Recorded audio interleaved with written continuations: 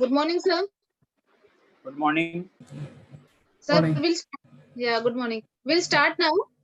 Yes. Greta, Yes. madam, हाँ, start कीजिए.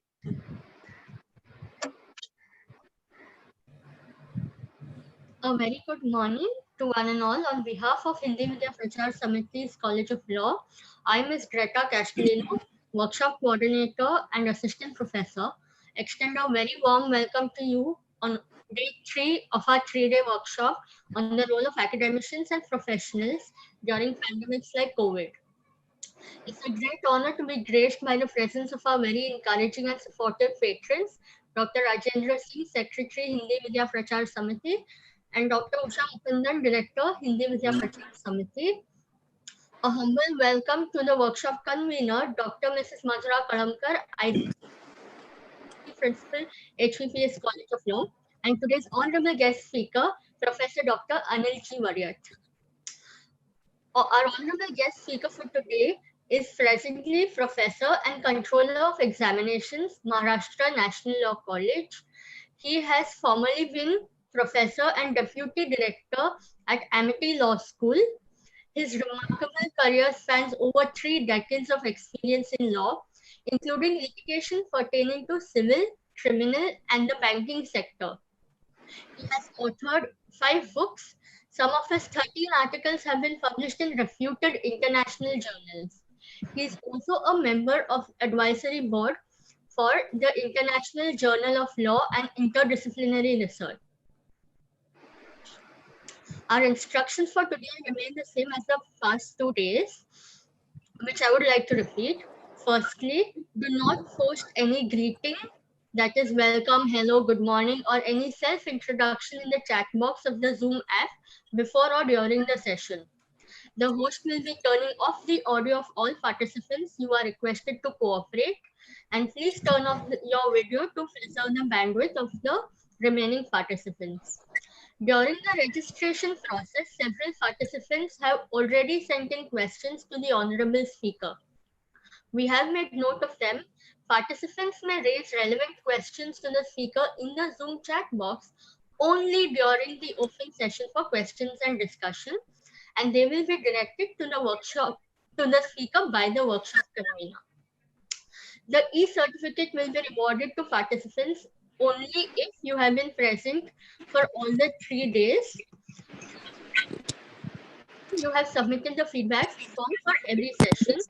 Kindly note that today is the last day, and we would expect you all to cooperate with these instructions and not keep asking the same questions on the Zoom chat box, as it will disturb the speaker and the other participants. I would invite the workshop convener, Dr. Mrs. Madhura Kalamkar, to briefly address the dignitaries and the participants present today. Good morning, all. Before I start, I will request our Honorable Secretary, as he is with us today. Sir, will you say a few words to us? Doctor, sir? No, good morning, everybody. I would like to listen to Dr. Anil Variat and I wish you all the best for success of this final lecture of this seminar. Thank you very much. Thank you, sir. Thank you, sir. Today we have with us Dr. Anil Variat, sir. Welcome, sir, to today's session. Today, sir is going to enlighten about our today's topic. In that, sir is going to highlight the right to freedom and its interrelationship with the liberty. Sir is going to explain about the grounds for reasonable restrictions and also about the Epidemic Prevention Act and Disaster Management Act. So this Epidemic Disaster Act comes into existence in the year 1897, and it is enforced across the country for dealing with the outbreak of diseases such as swine flu, dengue, and cholera. The aim of this act is for the better prevention of spread of danger epidemic diseases, which also empower our state government to take special measures and formulations of some regulations for containing the outbreaks. But since the whole world went into the lockdown, the entire concept of freedom changed drastically. Now, so I think now our today's speaker enlighten or highlight more on this topic. So I will request our honorable speaker today to address the online gathering. Thank you. Dr. Anil sir? Yes, yes. Yes. Good morning to all of you. Am I audible? Yes, sir. Respected Secretary of the Hindi Vidya Prasarak Samiti, Dr. Rajendra Singh ji, Dr. Usha Mugundan Madam, Dr. Madhura Kalamkar Madam, the Principal of the Law College, members of the faculties from other colleges, and all the distinguished guests. I welcome you to this my session. And at the outset, I would like to thank the Hindi Vidya Prasarak Samiti and its law college for inviting me to be with you and share some of my views with you today. The topic assigned to me is to speak about the right to freedom versus the Epidemic Diseases Act and the National Disaster Management Act. I have also received a few questions from the participants. Based on the questions, I understand what should be the line of discussion. And I will try to cover the concerns raised in the questions in the discussion. And still, if any more questions are there, we can take it in the last. So coming to the concept of freedom, let us confine to our constitution, right to freedom granted by the constitution. Our constitution itself is the result of a long struggle for freedom. And our freedom struggle had been influenced by the Western concept of freedom and liberty to a great extent. And the right to freedom in the constitution has been influenced by developments in the international scenario.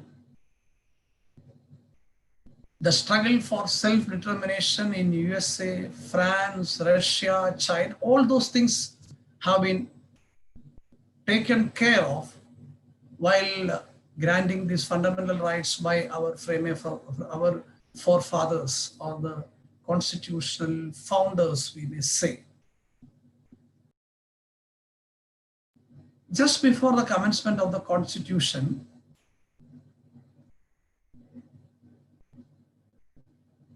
the Universal Declaration of Human Rights has come into force in the year 1948. I'll just draw your kind attention to Article 13, Clause 1 of the UDHR, which says that everyone has the right to freedom of movement and residence within the borders of each state. Everyone has the right to freedom of movement and residence within the borders of each state. This is clearly granted or clearly mentioned in the UDHR.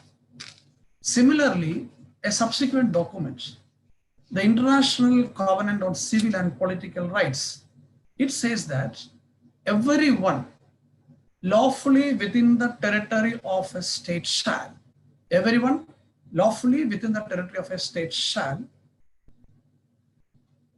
have the right to liberty of movement and freedom to choice of his residence.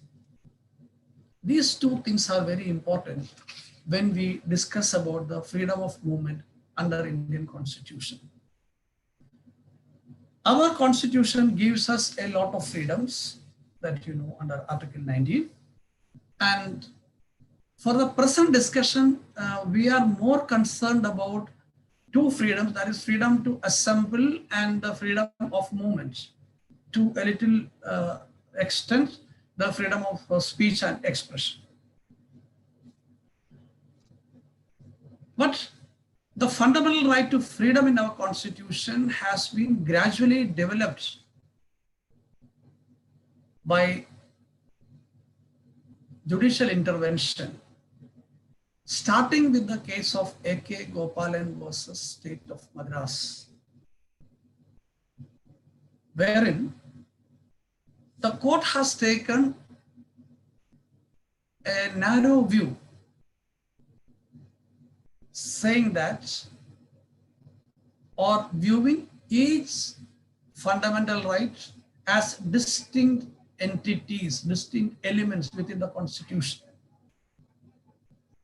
But there was a long march from the A.K. Gopalan case through a number of cases, including Kharak Singh versus State of Uttar Pradesh, Bharat versus State of Madhya Pradesh, Sunil Batra case, and D.K. Basu versus State of West Bengal. There are n number of cases which has come to the Manal Gandhi case, wherein the court has took the widest possible view with respect to the fundamental rights, wherein it has said that all these fundamental rights are, interconnected, interrelated, and the court has the freedom to see whether any particular right has been infringed or not. And now when we talk about right to freedom, we have to understand right to freedom not in isolation. We have to understand the right to freedom in relation to other rights, just like right to liberty. Right to liberty is very much important, because without right to liberty, right to freedom cannot be fruitfully materialized. And again, right to equality and so many other rights, even designated and non-designated rights that we must tell. But again, when coming to the concept of right and liberty, especially with respect to liberty, we will come across, as a democracy, we will come across with two schools of thought with respect to right and liberty. One is the Western thought, especially prevalent in the states like USA and all, which emphasis more on individual liberty or personal liberty, civil and political rights, civil rights, more on civil rights, more on personal liberty, more on individual liberty. So an individualistic approach to rights. Second is the socialistic or Asiatic approach of rights, which include our traditional approach to rights, not from the individualistic point of view, but from the collective point of view. So every right we will have to, traditionally we view every right from the collective or social perspective, because we have a utilitarian approach to administration. Even the very concept of democracy is founded on utilitarian approach.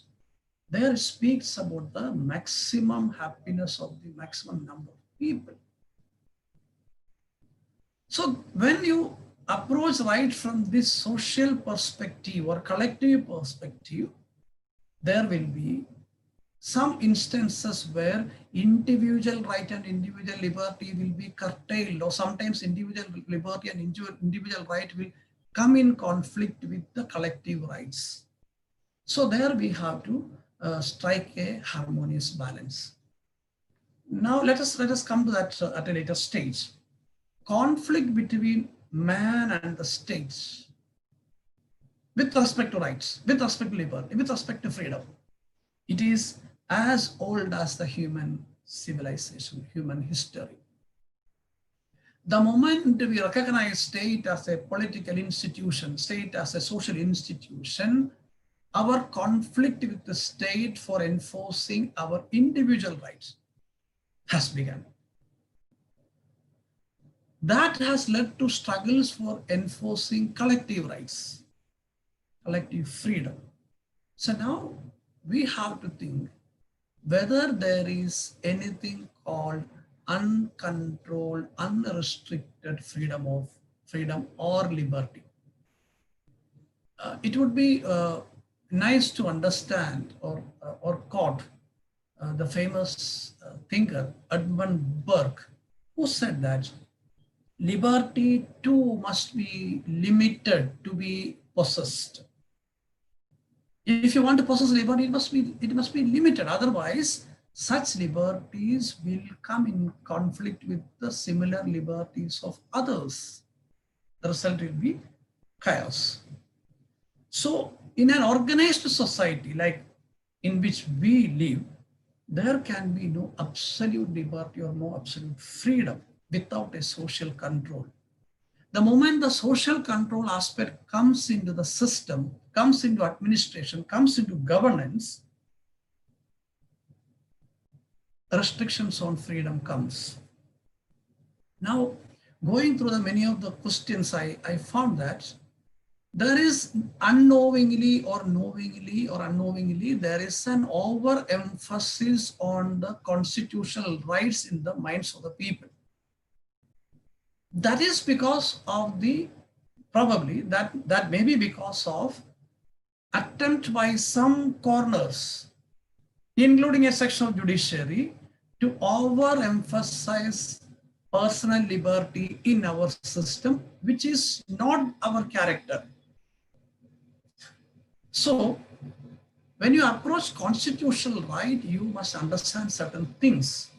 What are the fundamental rights? What is the purpose of fundamental rights? See, never think that the government is functioning only to safeguard the fundamental rights of the people. Absolutely no, it's not like that. Fundamental rights are certain rights which the Constitution has kept away from the reach or beyond the reach of the ordinary lawmaking power of the state. I will clarify that. When it comes to the functions of government, that is administration or governance, they will have to invoke a number of laws. You know that law essentially regulates. Law essentially restricts. So as individuals, either as citizens or non-citizens, as subjects of the state, we all will have to come in conflict or confrontation with a number of laws, number of executive measures undertaken by the state. Then comes the role of fundamental rights. Those fundamental rights are such rights which the ordinary law and the ordinary executive authority of the government cannot touch. That's what is called inviolable, unimpeachable rights of the people. So it has been kept away from the reach of ordinary lawmaking process. That does not mean that they cannot be controlled. What the Constitution guarantees is that it cannot be violated, it cannot be infringed, it cannot be impeached, it cannot be taken away, it cannot be abridged, but it can be restricted, it can be regulated. How it has to be regulated? It has to be regulated only on the basis of, only through reasonable restrictions, on the basis which the Constitution itself provides, not beyond any. For example, right to freedom of speech and expression under Article 19(1)(a). It can be restricted, or reasonable restriction can be imposed on the right to freedom of speech and expression on the basis of 8 grounds. That is sovereignty and integrity of India, security of state, friendly relation with foreign nations, defamation, public order, decency and morality, contempt of court, and incitement of any offense. These are the grounds through which the freedom of speech and expression can be curtailed or controlled or regulated. So any act, any law, any executive action which will interfere with the freedom of speech and expression shall satisfy that their action, their provision of the law, that legal provision comes within the purview of, or comes within the permitted limitations of these 8 grounds and nothing beyond. Similarly, Article 19(1)(b) speaks about freedom to assemble peacefully and without arms. So that can be controlled, that can be regulated, restricted, limited only through imposing relevant, reasonable restrictions only on 2 grounds. That is the sovereignty of India and public order. Then comes Article 19(1)(b), D and D and E. That is right to freedom of movement and freedom of residence. You have the freedom of movement throughout the territory of India. What freedom of movement? It is set freely. People have the right to move freely within the territory of India and to reside wherever people like choose in the territory of India. See, that freedom has been qualified with the term freely. Freely means without any restrictions, So what are the grounds which can be by which it can be regulated? Only 2. Interest of general public. Interest of general public and protection of scheduled tribe, any scheduled tribe. These are the only 2 grounds through which the state can regulate the fundamental right to freedom of movement and residence. And another act which is relevant for today's discussion, another right which is relevant for today's discussion is the right to freedom of profession and trade guaranteed under Article 19(1)(g). This can be curtailed or controlled only by imposing reasonable restrictions on the interests of the general public. So, for today's discussion, we will take these rights: right to freedom of movement, right to assembly, right to residence, and right to freedom of trade. And we will find that the common grounds on which the restrictions can be imposed. See, right to assembly can be restricted on the grounds of sovereignty and integrity of the India and the public order. And right to movement and residence can be restricted only on the grounds of interest of general public and protection of scheduled tribe.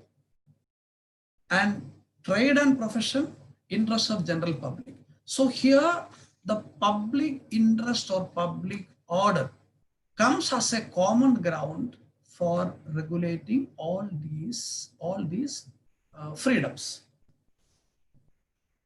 And how it can be regulated? See, the Constitution very clearly says that whatever stated in Article 19(1)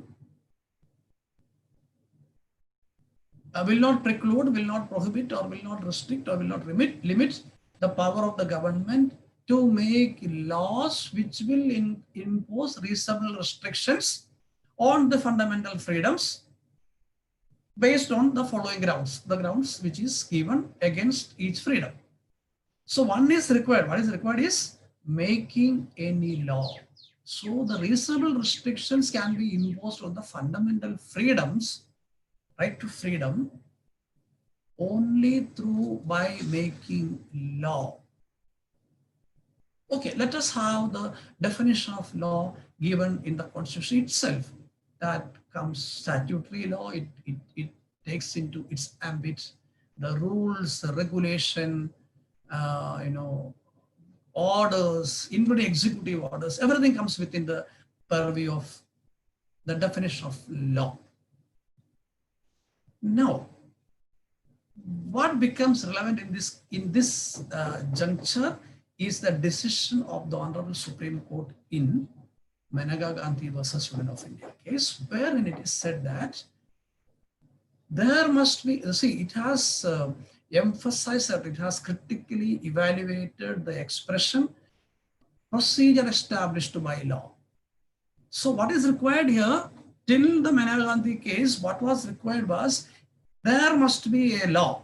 If a law was there which prescribed a procedure to impose reasonable restrictions, and that law satisfies the test of reasonableness, that law was valid. But after Maneka Gandhi case, what is required is the law must be fair and the procedure must also be fair. So both the law and procedure must satisfy the test of reasonableness under Article 19 if they want to curtail the freedom. So in this background, now we understand the freedom. See, there had been numerous instances where the Supreme Court has accepted restrictions or limitation on the right to freedom and liberty on a number of grounds. And on a number of grounds, they have rejected the restrictions. So in this context, we have to understand the two legislations for this discussion. One is the Epidemic Diseases Act 1897 and the National Disaster Management Act 2005. Now, in the history, we have a lot of instances where human race have been threatened by epidemic and pandemic. Even in the last century itself, we have at least 10 cases of widespread epidemic, which has taken a number of, or you may say, which has taken even up to 1/3 of the world's population. And let us see the circumstances in which the Epidemic Act 1897 came into force. The Epidemic Act 1987 came into force at the time of the outbreak of bubonic plague in India, especially in the presidency town of Bombay. It was, it's a draconian law which gave enormous power to the government. It gave enormous power to the states. See, I shall tell you, Mr. John Woodburn,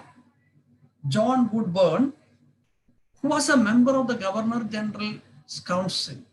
He was the person who introduced the bill in the Governor General in Council, Calcutta. While moving the bill in the Governor General in Council, Calcutta, he himself has described the bill as having extraordinary powers, giving extraordinary powers to state, but he termed it as necessary. And again, he emphasized that the people must have trust in the discretion of the executive in grave and critical circumstances. So the lawmaker himself was convinced about the draconian nature of the law. And this act has empowered, again, this is one of the smallest act in our system with only 4 sections. Section 1 speaks about the title and commencement and extent of the act. Section 2 gives powers to the government, state government, to inspect any people traveling by rail or otherwise, or segregating people who are suspected of dangerous epidemic, that word you please keep in mind, dangerous epidemic, and to segregate them to temporary accommodation or hospitals or otherwise, and to notify, by notification, issue special procedure, requires special procedure. And to authorize any person, again another word, any person to do all those things. So it gives a wide power to the state, sometimes at the point of the lawmaker's point of view, at that point of time, probably this would have been necessary. And section 3 speaks about the punishment for violating the directions, and section 4 gives protection to the officials acting in good faith under the act. Now you must understand how the, two things you are understand. First of all, in this act, it speaks about dangerous epidemic, but the dangerous epidemic is not defined under the act. Rather, there is no definition clause in the act itself. The word dangerous epidemic is not defined. What constitutes a dangerous epidemic? No mention in the act. And whom the government can authorize to take actions and what actions can be taken, that is also not there. So this lacuna in the legislation has given wider powers on the part of the executive. So they have used it they have enforced it with force. What happened? There had been large scale forceful examination of the persons suspected to be infected, and there was forceful taking away. And it created further problems. There were instances of public stripping was reported. There was outraging the women's modesty was reported. There was ultimately, there was certain, caste and communal issues were also there. And ultimately, it led to riots in many parts of India, which is termed as plague riots. It happened in Mumbai, also it happened in Kanpur, in different parts of India. So it is the problem of execution with the wider discretion. Though the member in the Governor General's Council has said that the people must trust the discretion of the executive in terms of grave emergency, these things have to be taken care of. And the Act never provided for, Act has given powers to the state, but it has never provided for responsibility or duties of the state with respect to public health, with respect to vaccination, with respect to providing medicines, with respect to food, with respect to safety and security of the people quarantined and those people who are not affected. All these things are not there in the Act.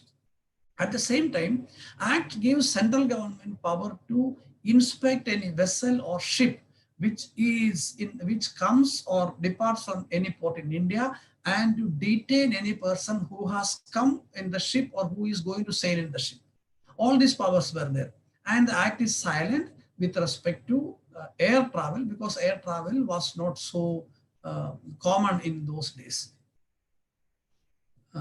And human rights aspect were never considered, because human rights did not attain that much of importance at the time when it was enacted. Now, our issue with this Act is, we don't have any problem with the Act, but we are concerned about the grave situation that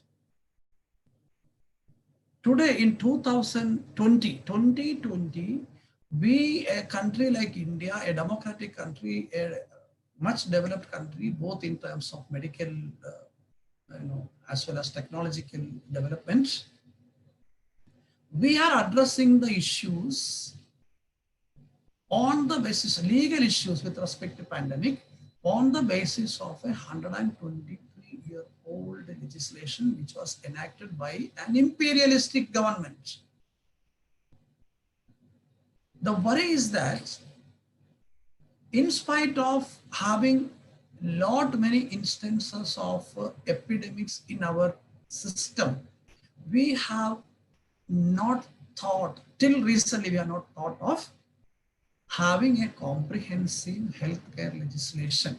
Though of late we have tried to enact, but it could not get through the legislative formalities.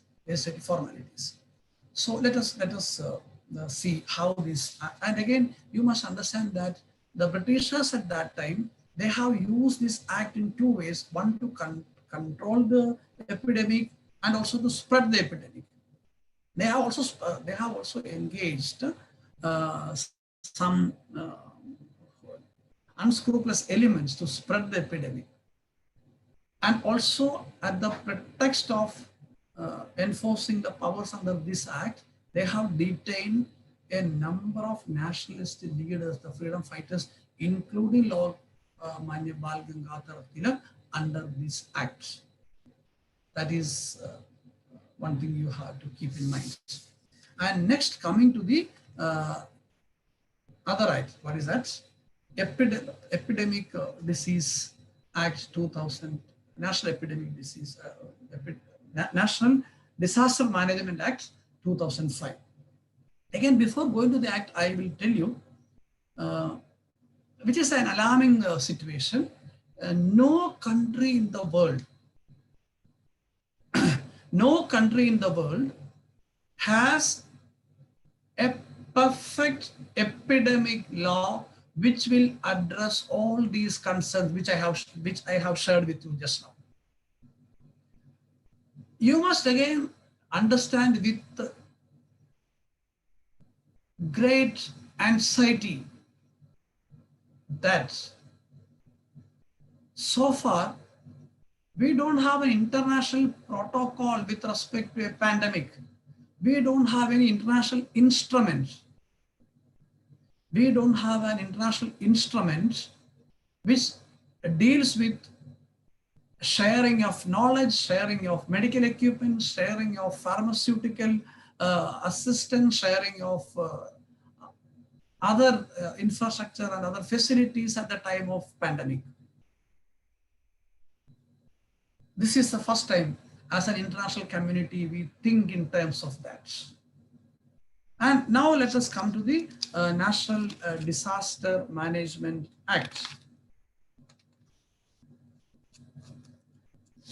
National Disaster Management Act, again, it was enacted in the year 2005. Actually, it is primarily intended to deal with the national disasters. And epidemic is not directly, or pandemic is not directly an issue under the act, but the government has taken recourse under that act to deal with the situation. First of all, the government as a first step has given directions to various, the central government has given directions to various state governments to issue advisories under the Epidemic Diseases Act as well as National Disaster Management Act to deal with the situation. And the many states, starting with Karnataka, followed by Madhya Pradesh, Maharashtra, and so many, Delhi, so many other states have issued advisories under the Epidemic Diseases Act to deal with the situation. And the government of Kerala has come up with an ordinance which has replaced the Epidemic Disease Act with the state legislation. All these things are there. Now let us speak in terms of the National Disaster Management Act. Though it is not directly dealing with the pandemic situation, it has been very useful in dealing with the present situation. See, section 51 to 60 of the National Disaster Management Act speaks about certain measures the government can take or the authority can take, or certain penal, these are all penal provisions. Section 51 speaks that anybody obstructs any officer or employee of the union or state government or a person authorized by National Disaster Management Authority, State Disaster Management Authority, or District Disaster Management Authority. There are 3 levels of authorities in the Act. In discharge of his functions under the Act, or refuse to obey the guidelines, again, you understand this one. Anybody who obstructs that person from discharging his duties or refuse to obey the guidelines issued under the Act shall be punished with 1 year imprisonment or fine or both. And if such a disobedience or refusal leads to the danger of life of someone or imminent danger, he will be punished with the 2 years imprisonment or fine or both. This provision has been used widely to protect the health workers and police from the anger of the people who has resisted the testing and other restrictions. Second is section 52 of the Act, which says that whoever makes any false claim or any false propaganda with respect to a disaster. Then 53 speaks about punishment for any person misappropriating money or material for providing relief during the time of the disaster. 54 makes circulating any false information or warning with respect to the disaster a punishable offense, and which will attract 1 year of punishment or fine or both. And there was a question which somebody asked that, can the doctors refuse to attend the duty because they also have a right to life?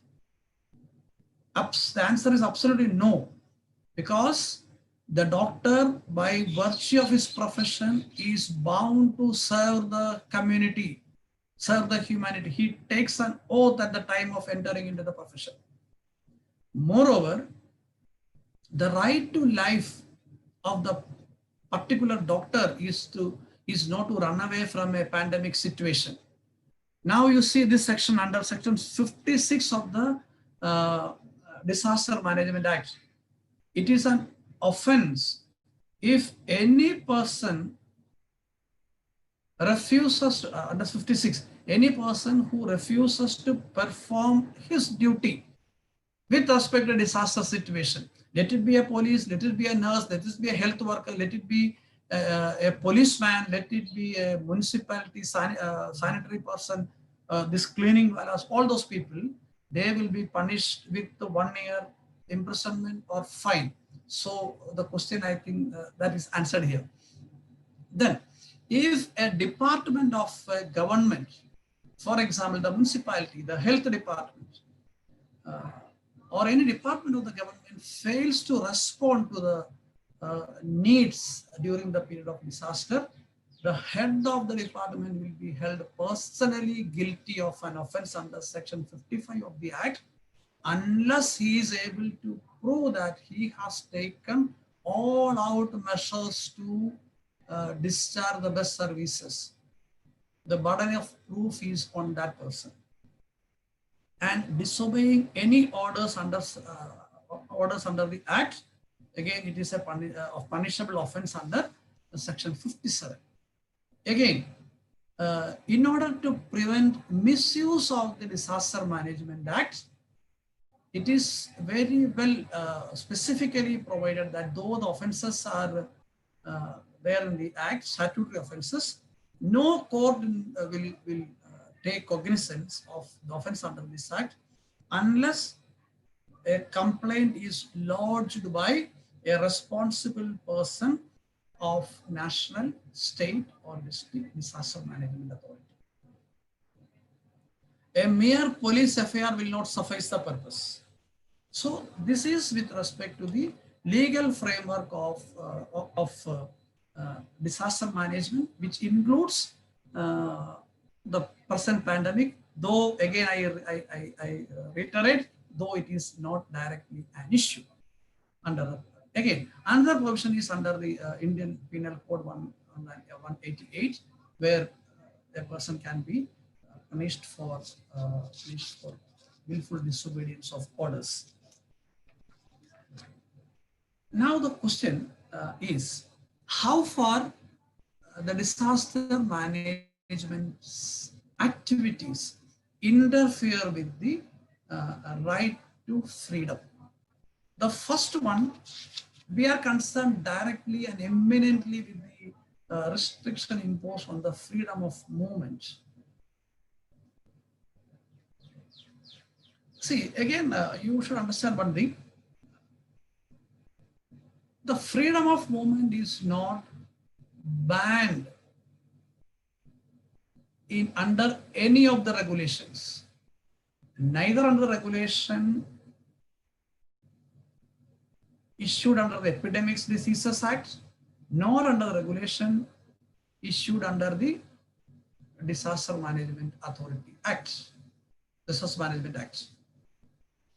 None of these regulation totally bans the freedom of movement.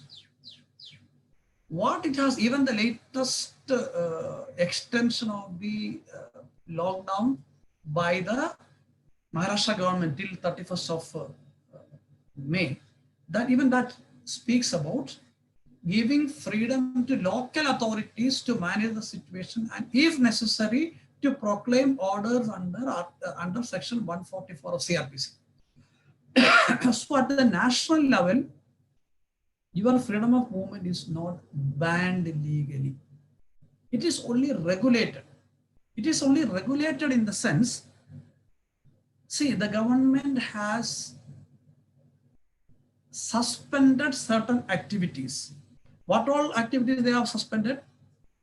As per guidelines issued by the government on 24th March 2020, under these two acts, see, closing of offices, closing of commercial establishments, with certain exceptions, industrial establishments, transport services, hospitality services, place of worship, large gathering, all these things are banned.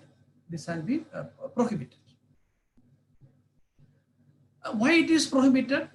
It is prohibited for the purpose of public order, to maintain public order and public health. It is one of the public order concerns. See, let it be any system of government. There are 4 major functions any government shall undertake, the state shall undertake. One is maintenance of order. You be a democracy, you be the most liberal democracy, you be the most stringent dictatorship, you be a mediocre democracy, whatever it is. Maintenance of order. Second is ensuring of proper functioning of public service. Third is ensuring of survival of nation. Fourth is protection of its own authority and safety. These 4 functions all the state has to invariably undertake.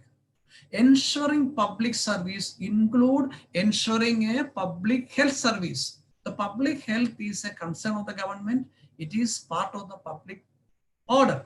So to maintain or to arrest the spread, because though the act, Epidemic Act, has not defined a dangerous epidemic disease.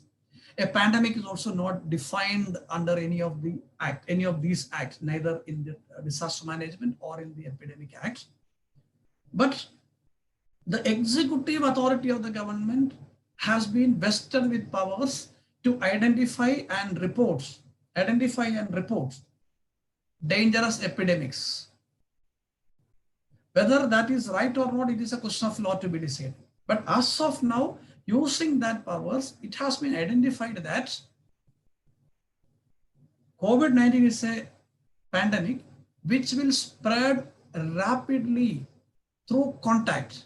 So to arrest the rapid spread of contact, spread through contact, the government has ordered closure of offices, commercial establishments, industrial establishments, transport services, hospitality services, places of worship, large gathering, etc., with certain exceptions. Why I'm telling you with certain exceptions?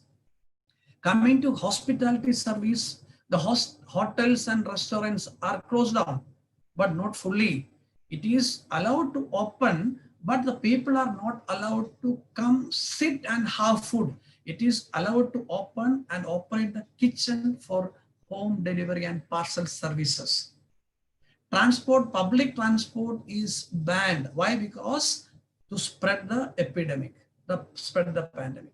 But your private transport is not banned. Places of worship, entry of public into places of worship is banned, but the places of worship are functioning with the moderate and normal rituals to be performed. Then again, what is prohibited is social, political, sports, entertainment, academic, cultural functions and gathering. But what is functions and gathering, again, is not defined, but these things are banned or prohibited. Again, it is not banned, it is prohibited, it is regulated, because a marriage is not prohibited. Marriage can be solemnized, but the participation are limited to 20 or 25 people, depending on the wisdom or discretion of the state or local authorities. The funeral is not banned, but the gathering in the funeral is limited to a certain number.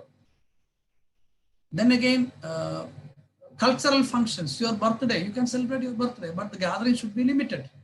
So what is here in force is not a total prohibition, but only a regulation or a restriction. Now, whether these restrictions are satisfying the test of reasonable restrictions under the Constitution, that is for the judiciary to decide. But from our perspective, from the subject perspective, from the citizen's perspective, I will say two things. If you approach the rights and liberty from the personal liberty point of view, or from the individualistic perspective, these are considered to be harsh restrictions on your freedom and liberty. Because you have all freedom to move anywhere. Okay, you have the right to decide whether you have to be contacted with a pandemic or not. If you are ready to accept it, no problem. Why the state has to interfere?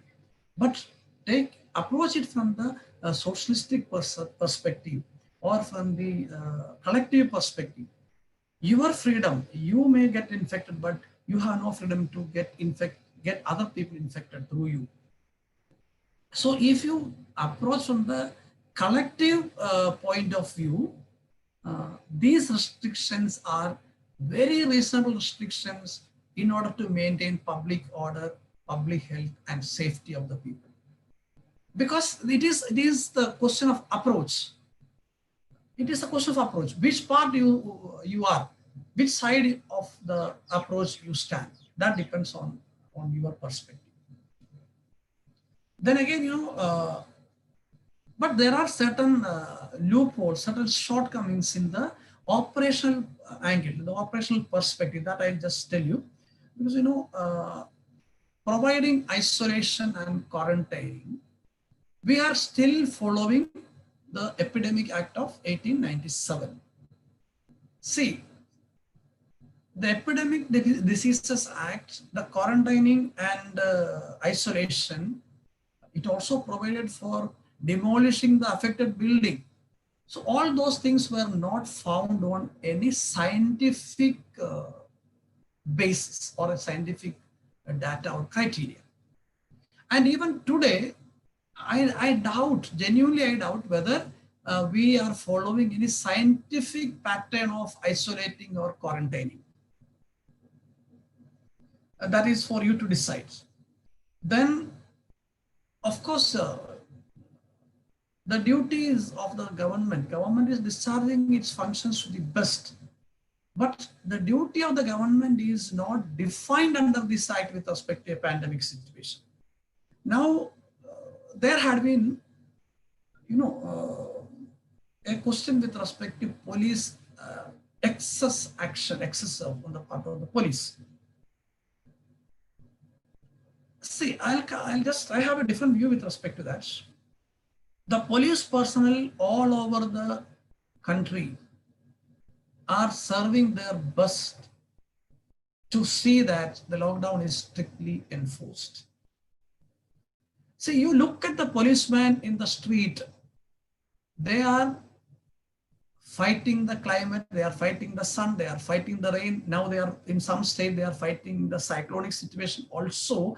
At the same time, they are enforcing the lockdown. What they have only an ordinary mask on their face. many policemen do not even wear a gloves. Anything happens, the police is to come first. See, when you speak about, I'm not undermining the service of doctors and paramedical staff. They are doing the best. Of course, we salute them. But policemen are not protected the way other people are protected, because we always respect the medical professional and paramedical professionals, but we always look upon police with aversion. Again, just because I told, the clash between the man and the state with respect to, in relation to rights and freedom, we always see police as a symbol of state which obstructs our rights and freedom. That is why that concept has come. So there are stray incidents where police get wild and they become violent, because sometimes they may have to use force. I never justify, I do not justify this. They never, sometimes they may use force to secure obedience where the persuasion method fails, but it is, again, it is an act to be condemned and deplored. I never appreciate that. And there are instances where police have forcefully closed down the markets and shops. On what basis? Absolutely, there is no guideline in the issued by government in this under these two acts. It's an act of police excesses. What they say is, they say there is overcrowding. If you allow the market, overcrowding is there. If you allow shops, overcrowding is there. So that is the remedy is not to close down. See, that is where I have told what is failing in the legislation is lack of definition with respect to the duties of government. See, the act is silent with respect to the duty of the government to see that the public market and public shop and establishments are opened and cater the needs of the people. Since there is no such legal duty on the part of the government, it gives ample freedom on the executive authorities to close down the establishments. They come and say, don't sell the market, don't sell vegetables, don't sell fish, don't sell other items. Close down because it is easy for them. But you are interfering with the right to food, right to liberty, right to life, that they are not aware because there is no legal provision which mandates the functioning of these establishments during the pandemic situation or any disaster situation. That is the problem. Then again, with respect to the, with respect to interstate or inter-district transport of the people. See, again, it is not correct to say that interstate transport is banned. What is not available is inter-district public transport facilities are not available. At the same time, you have every freedom to travel interstate and inter-district, subject to certain restrictions, because if you are going into a red zone, a containment area, your entry may be blocked because for your safety. Similarly, if you are coming from a affected place and you yourself is affected, you may be asked to be quarantined in the new place. What is required at this point of time is, suppose I want to travel from Kanyakumari to Kashmir for my personal, suppose I am a person belonging to Kashmir and I happen to be in Kanyakumari. There is an emergency in my house in Kashmir. I have every right to travel. For that, I have to take permission from the authorities. But who is the authority to take, whom I will approach? The law is silent on that. That is the loophole in the legislations. So when there is a loophole in the legislation, the enforcement people, the police and other enforcement agencies will take their own interpretation. They will take their own means of implementation. There is a very good judgment by none other than Justice Mr. V.R. Krishna here in Premchand versus Union of India, where he has expressed concern. Who will police the police? Because this all happens when unrestricted discretion is given to the executive, including the police missionary, to implement the law. So that is not because of the provisions, it is harsh, it is because of lack of enabling provisions. See, you have the right to travel. You have the right to travel from one state to another state, but for which you require a permission. But from where you will get permission, nobody knows. Again, coming to another aspect, just one more thing I want to discuss with you is that the state of migrant workers which we have seen. See, incidentally, I will again tell you, I told you about the two approaches, the individualistic civil liberty approach and the collective right approach. See, you will see in all the civil liberty countries like France, US and all, people have come out protesting against the lockdown. In India, we are not afraid of protesting. We are a society who has learned to do peaceful protesting. We have, in India, we have not seen any protest against the lockdown. Nobody in India protests against lockdown.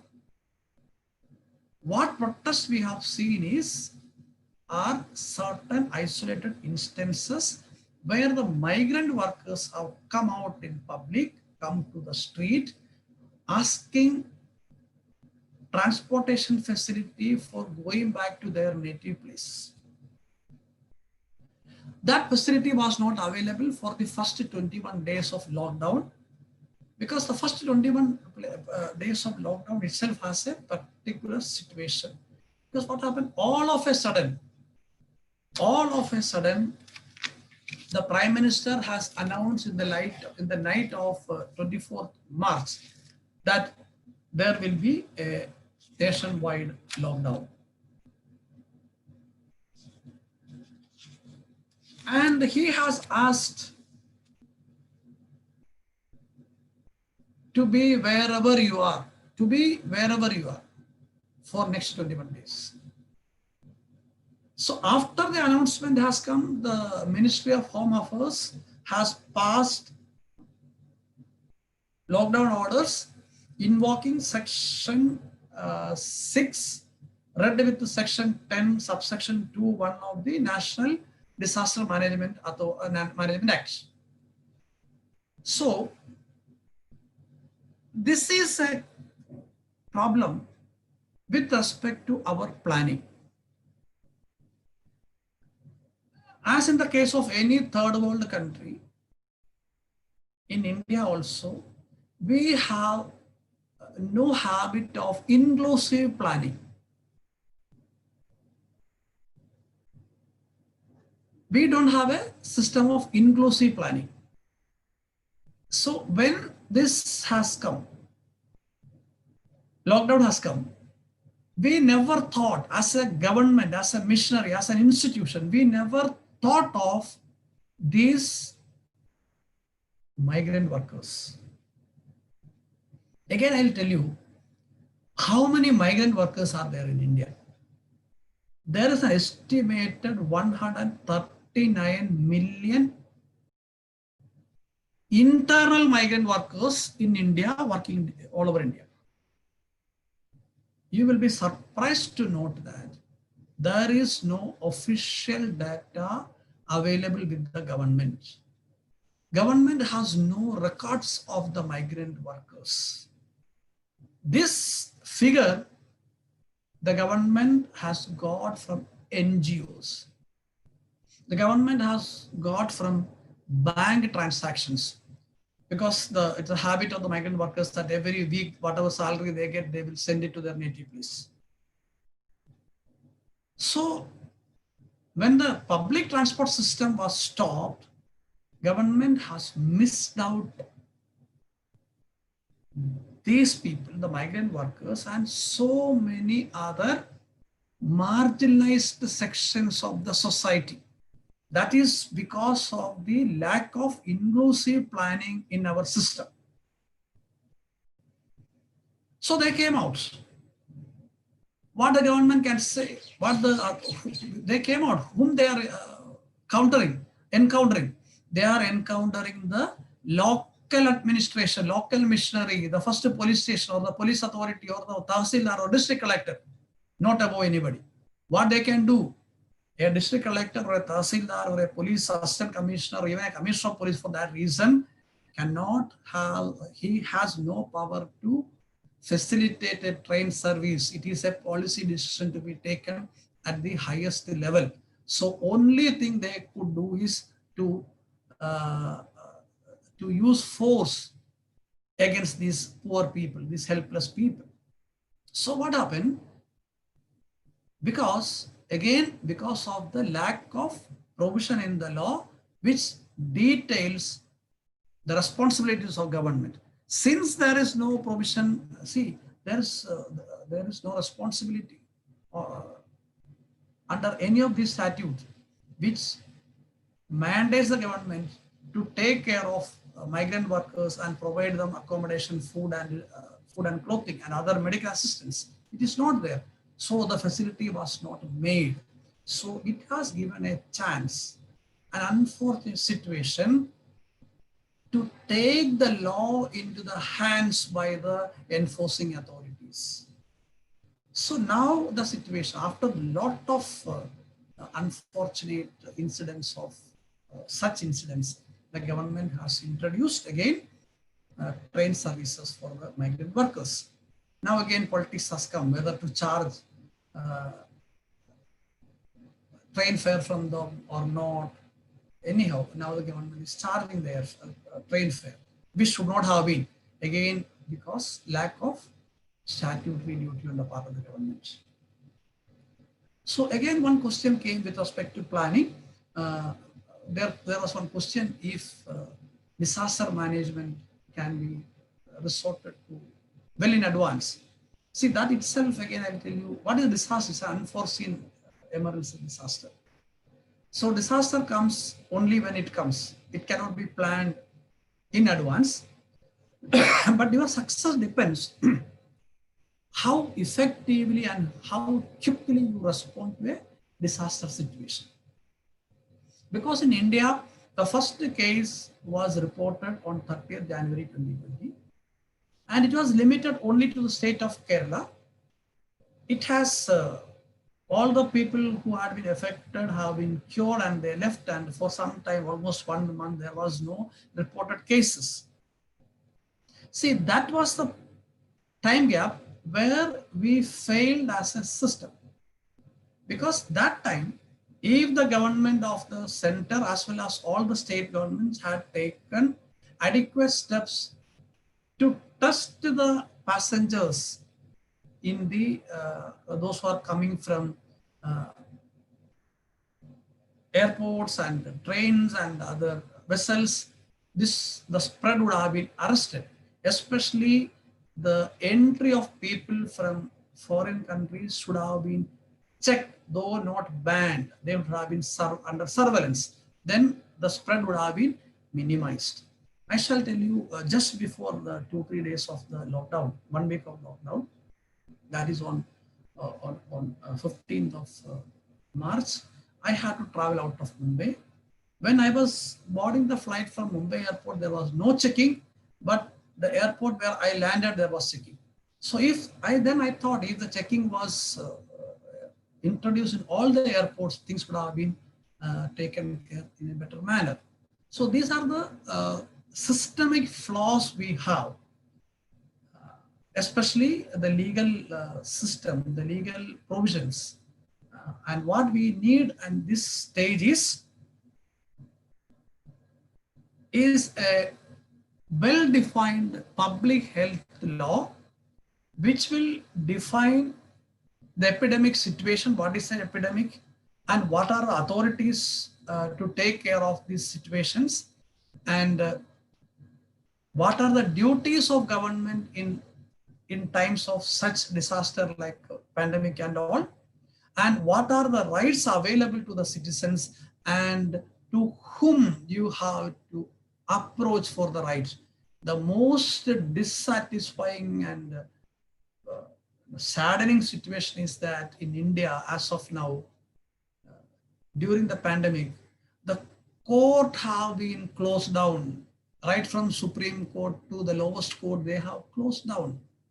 Though technically Supreme Court and High Court are working and they say that we are open to deal with urgent matters, but what is urgent matters, it is also not defined, because we leave a lot of things open to be interpreted by different people as per their own way. So even if your right is infringed, if you feel that your right is infringed, you have no machinery to go.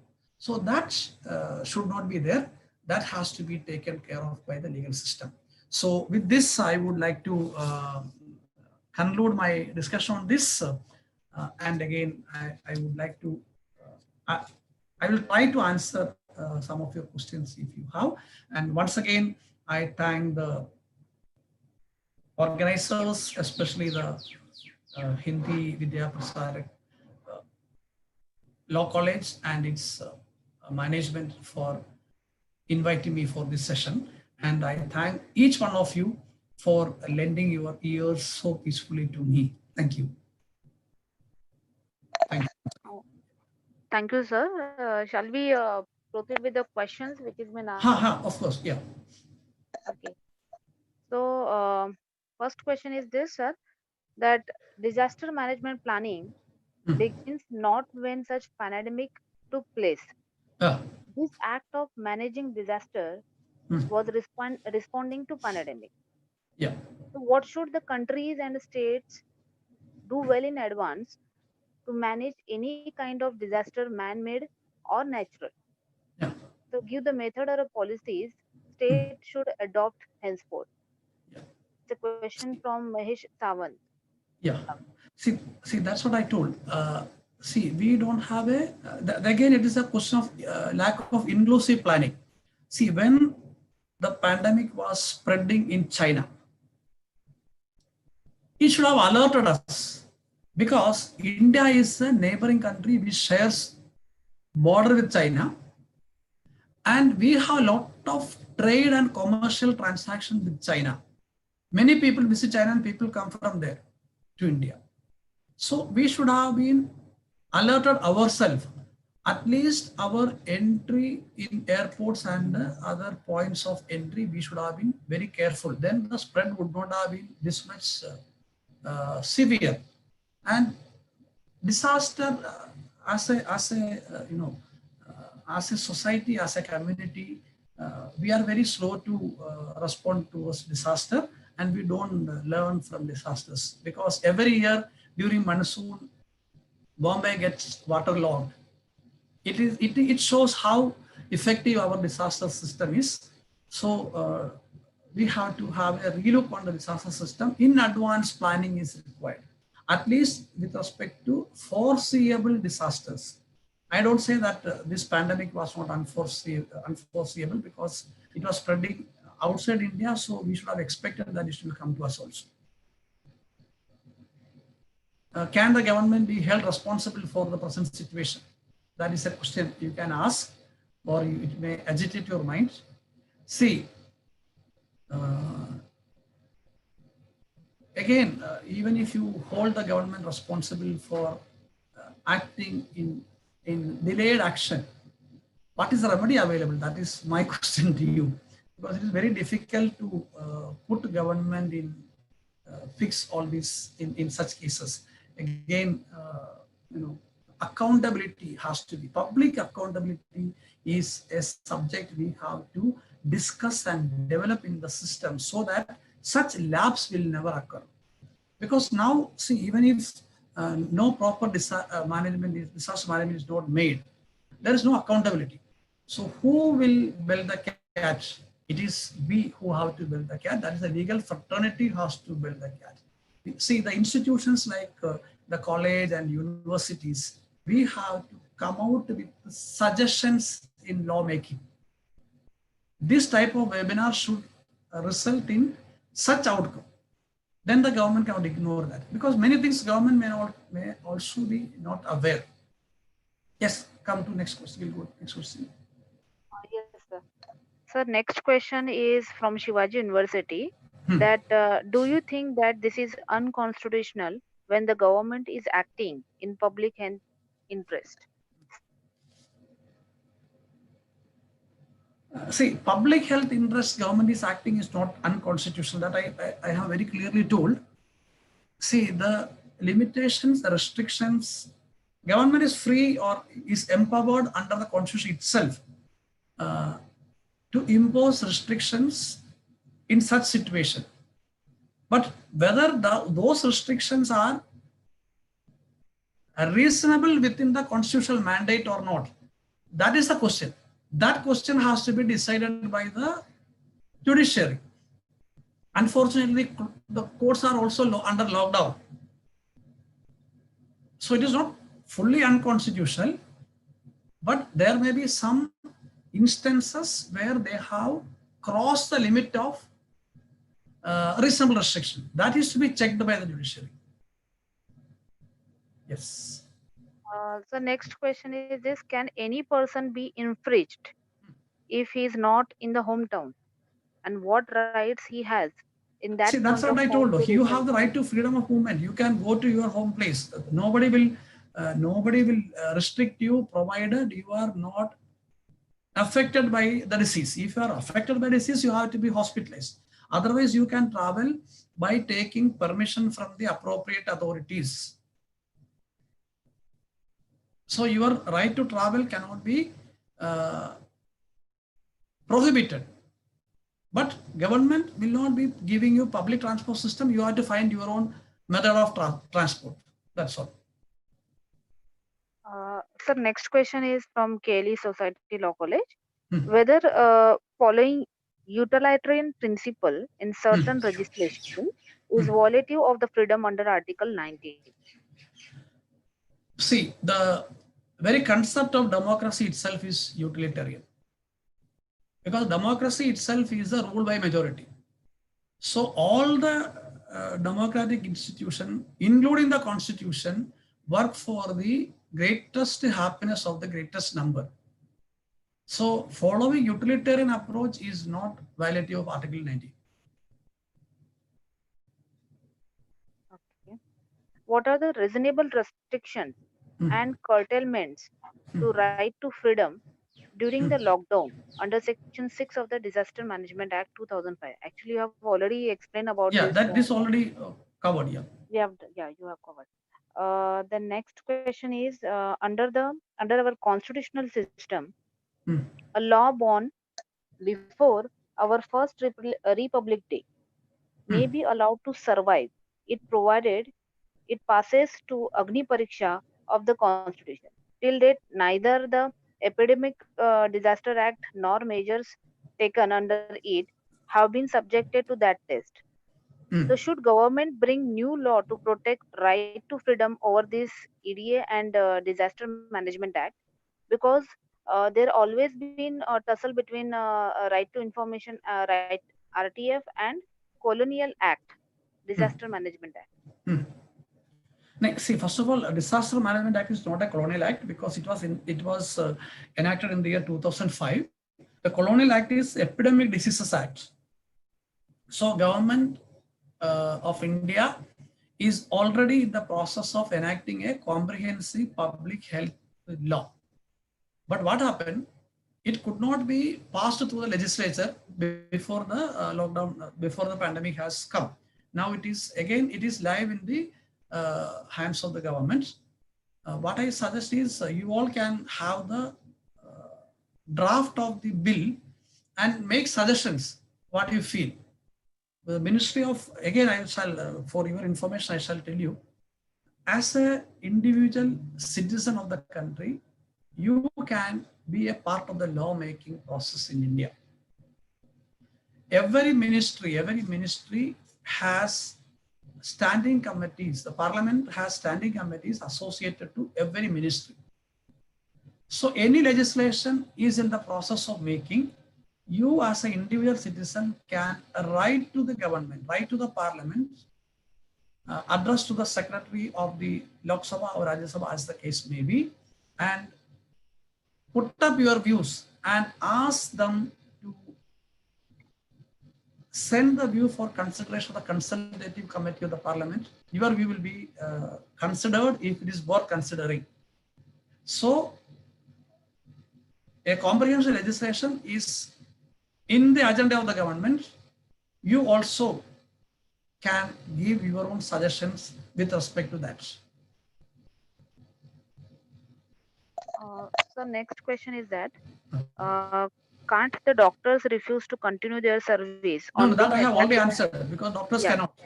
They are bound by law as well as by professional ethics also. Yes, sir. Before such a COVID pandemic, had government decided to create effective mechanism to curb such pandemic or any plans for such in future? See,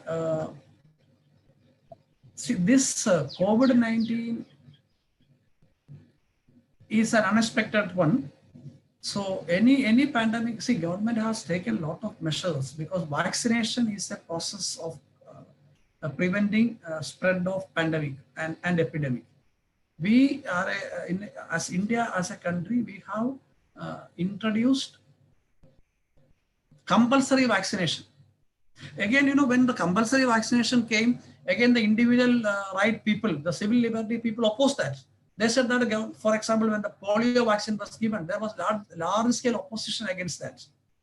But when once a vaccine is developed, and it is said that vaccine is almost set to come, when vaccine is developed, it should be given compulsory to all the people in India, and the world health community is trying to find out similarly a comprehensive vaccine which will act against all type of virus. If it is coming as a reality, definitely government has to introduce compulsory vaccination. And again, health care and health awareness has to be propagated and promoted by governments. That is what we are lacking. We think of health only when you are infected. So prevention aspect, we have to think government level, government has to emphasize more on prevention of such diseases by spreading awareness and preventive measures. Okay. Thank you, sir. We almost covered our questions raised by the participants over here. Today, we have almost covered how the fundamental rights are interrelated and the purpose of fundamental rights, even individual and collective approach in this lockdown period. You also explained in detail this epidemic disaster act and disaster management act. You also thrown the light on schools of thoughts, Western school and socialistic approach. Sir, we are very much thankful to have with us today and given a lot of information about this today's topic to all our participants. I'm thankful to all the participants, principals, advocates, and our staff and teachers.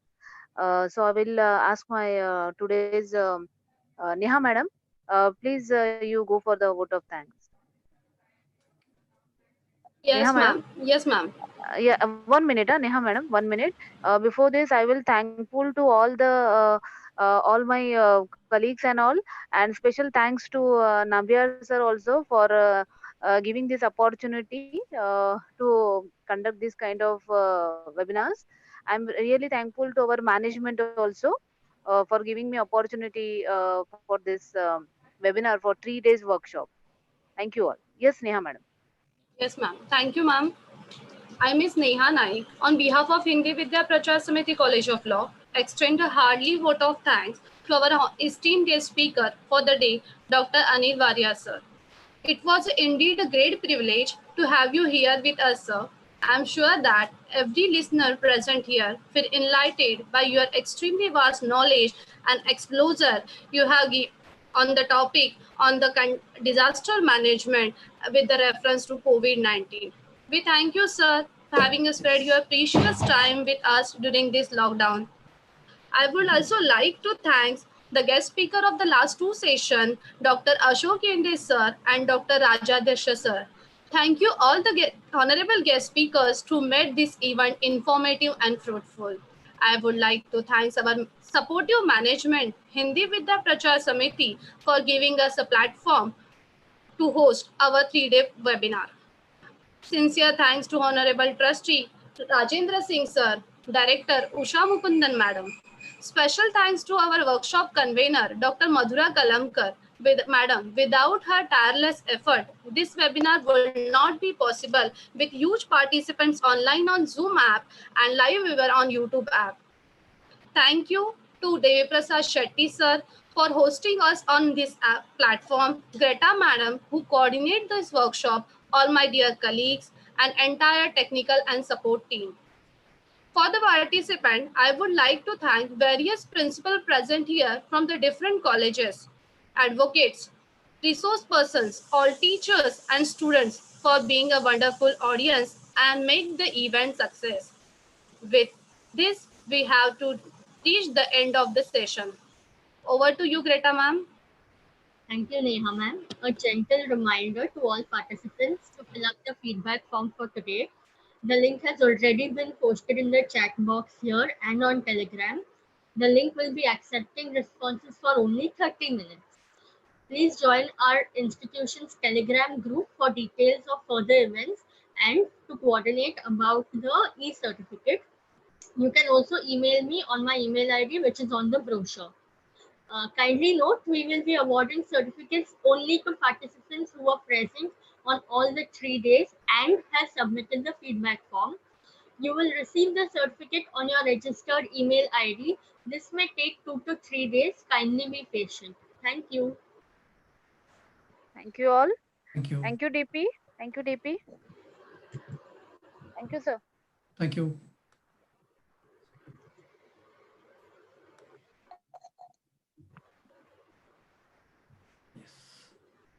Thank you, DP. You may end the meeting. Yeah.